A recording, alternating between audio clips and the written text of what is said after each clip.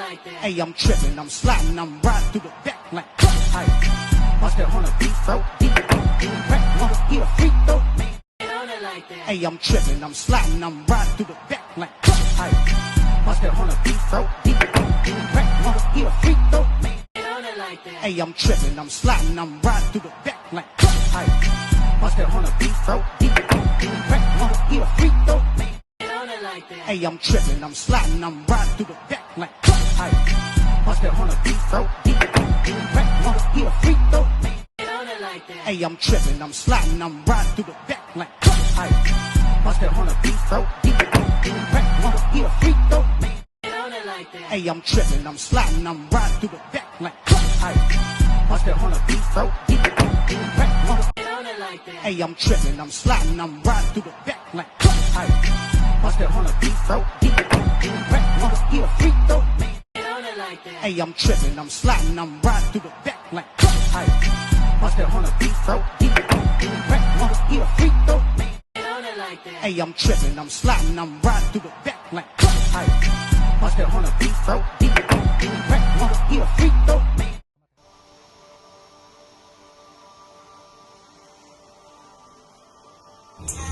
Bung Hatta, sang teladan berakhlak.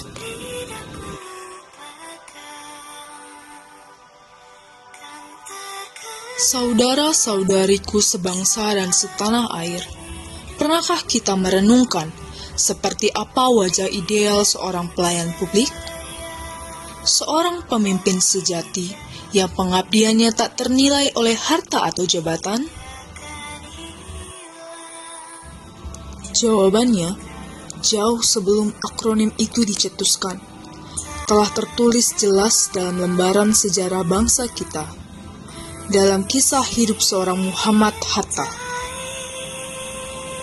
Hari ini, kita akan menyingkapkan bagaimana 7 nilai dasar yang menjadi panduan utama kita.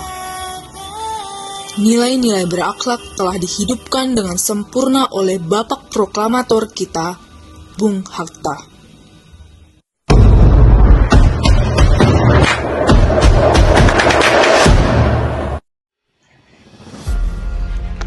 Berorientasi pelayanan. Bung Hatta bukan sekedar memimpin, ia melayani. Ia berjuang bukan untuk dirinya, melainkan agar rakyat kecil terlepas dari jerat kemiskinan dan ketidakadilan. Bukti nyatanya, kegigihannya mendirikan Koperasi Indonesia. Baginya, koperasi adalah jalan bagi ekonomi kerakyatan, wadah untuk menolong sesama, dan mewujudkan kemandirian kolektif. Ia tidak hanya memberi solusi, ia memberi jalan bagi rakyat untuk menjadi solutif bagi diri mereka sendiri.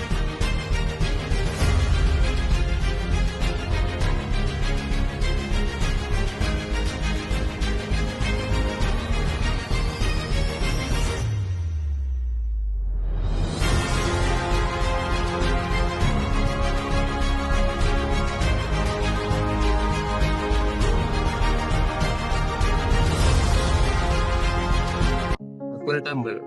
Nilai ini adalah jantung dari keteladanan Bung Hatta. Kejujurannya melegenda. Pernahkah Anda mendengar kisah sepatu impiannya? Bahkan sebagai wakil presiden, Hatta menabung dari gajinya yang resmi untuk membeli sepatu yang diidamkan. Ia menolak keras menggunakan uang non-budgeter untuk kepentingan pribadi. Lebih mencengangkan lagi, setiap sisa uang perjalanan dinas yang diberikan negara selalu ia kembalikan tanpa kurang 1 rupiah pun. Bagi Bung Hatta, tanggung jawab bukan sekedar laporan, tapi tentang integritas tinggi, memegang teguh kepercayaan rakyat dan negara.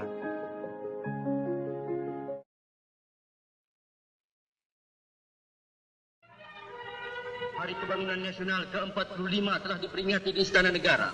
Upacara dibuka oleh Sabila Rasyad, yang kemudian disusul dengan sambutan Wakil Presiden Hatta.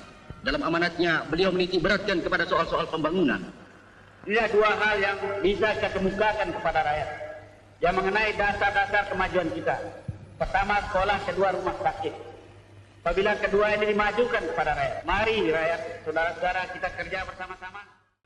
Bung Hatta adalah seorang intelektual ulung, pendidikan tinggi di Belanda, pemikirannya yang visioner di bidang ekonomi, dan kecintaannya pada buku yang tak terbatas. Bahkan saat diasingkan ke Digul, yang ia bawa adalah 16 peti buku. Beliau tahu, untuk memimpin sebuah bangsa merdeka, modal terbesar adalah ilmu pengetahuan dan kualitas diri. Beliau terus belajar, meningkatkan kapabilitas, dan memastikan setiap kebijakan adalah hasil pemikiran yang terbaik dan up-to-date demi kemajuan bangsa. Kita pakai sebagai satu starting point, satu saat bergerak untuk menggerakkan jiwa rakyat kita ikut serta membangun.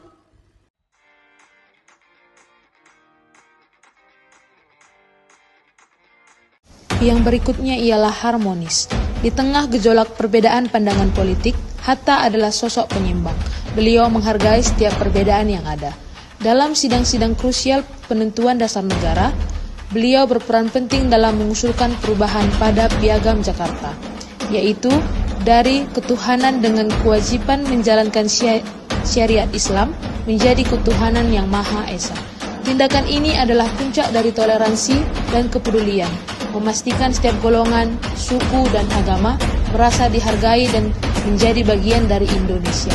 Hatta mengajarkan bahwa perbedaan adalah kekuatan, bukan pemecah belah.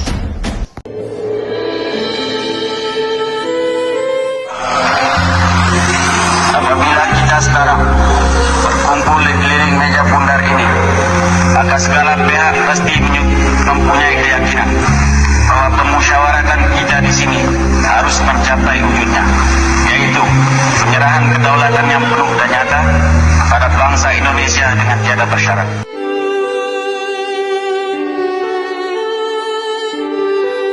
Sekitar 5 tahun, Hatta mengumumkan niatnya di tahun 1955 untuk mengundurkan diri sebagai wakil presiden setelah parlemen dan konstituen dari hasil pemilihan rakyat terbentuk. Menurut Hatta, dalam sistem kabinet parlementer, wakil presiden tidak lagi memiliki peran yang signifikan karena kepala negara hanya bersifat simbolis. Ini menunjukkan bahwa kekuasaan bukanlah tujuan utama Hatta untuk memimpin bangsa ini, melainkan sebagai salah satu caranya untuk mengabdi kepada rakyat.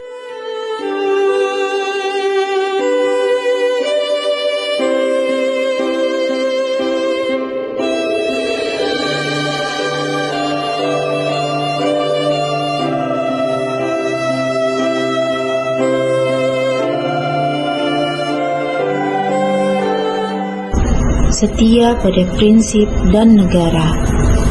Loyalitas Bung Hatta bukan kepada jabatan atau individu, melainkan kepada ideologi bangsa dan negara. Saat beliau merasa prinsipnya untuk menegakkan negara hukum tidak lagi sejalan dengan jalannya pemerintahan, pada tanggal 20 Juli 1956, Bung Hatta mengirimkan surat resmi ke DPR yang berisi pengumuman rencana beliau untuk mengundurkan diri dari jabatan wakil presiden.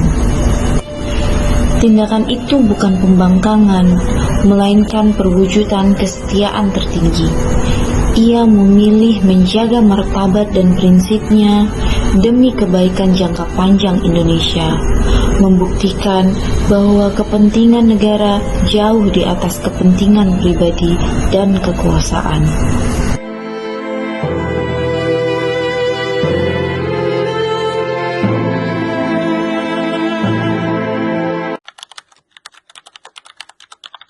Delegatie, minister-president Mohammed Hatta.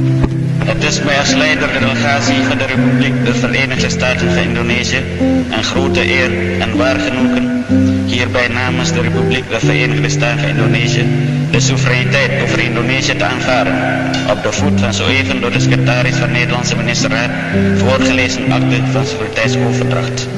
Ik koester de hoop dat de betrekking tussen onze beide landen, welke hierdoor in Unieverband op een basis van volkomen vrijheid, gelijkheid en vrijwilligheid zijn komen te staan, zich in een zin zullen ontwikkelen, welke tot welvaart en geluk van onze beide volken leiden.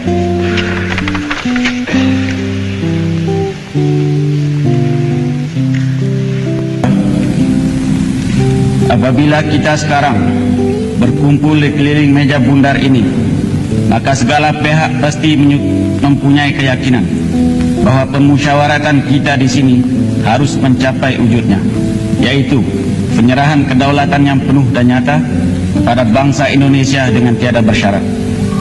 Akhirnya, setelah 4 tahun berunding dan bertempur dengan pengorbanan jiwa dan harta yang tidak sedikit, yang sebenarnya sangat berguna bagi pembangunan masyarakat dan produksi, maka terbukalah pikiran bahwa penyelesaian yang cepat harus dicapai.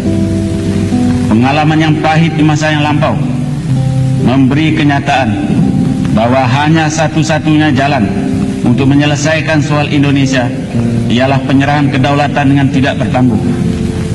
Kisah perundingan di masa yang lampau memberi kenyataan bahwa pokok Perjuangan Bung Hatta adalah serangkaian penyesuaian strategi. Ketika di Belanda, ia mengubah strategi perjuangan dari fisik menjadi diplomasi dan politik melalui organisasi. Di masa kemerdekaan, ia merancang konsep ekonomi kerakyatan yang kontekstual dengan kondisi Indonesia.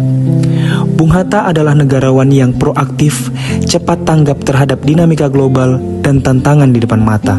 Ia selalu mencari cara-cara baru yang lebih efektif untuk mencapai tujuan, yaitu Indonesia yang berdaulat, adil, dan makmur.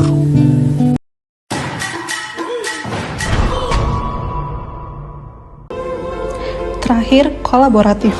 Kita tak bisa membayangkan proklamasi tanpa kolaborasi epik antara Soekarno dan Hatta.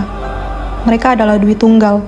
Meski sering berbeda pandangan, mereka tahu bahwa tujuan besar kemerdekaan hanya bisa dicapai dengan kerjasama dan sinergi. Hatta adalah ahli strategi yang terbuka, mau bekerja dengan berbagai pihak, termasuk tokoh-tokoh dari berbagai latar belakang, untuk menggerakkan semua sumber daya demi kepentingan bersama. Ia percaya pada kekuatan kolektif melebihi kehebatan individu. Begitulah Bung Hatta di masa hidup. Mengabdi untuk bangsa menjadi prinsipnya yang utama. Walau raganya sudah tak di bumi, Bung Hatta akan selalu menjadi inspirasi bagi para pemuda untuk mengharumkan bangsa. Hujan air mata dari pelosok negeri saat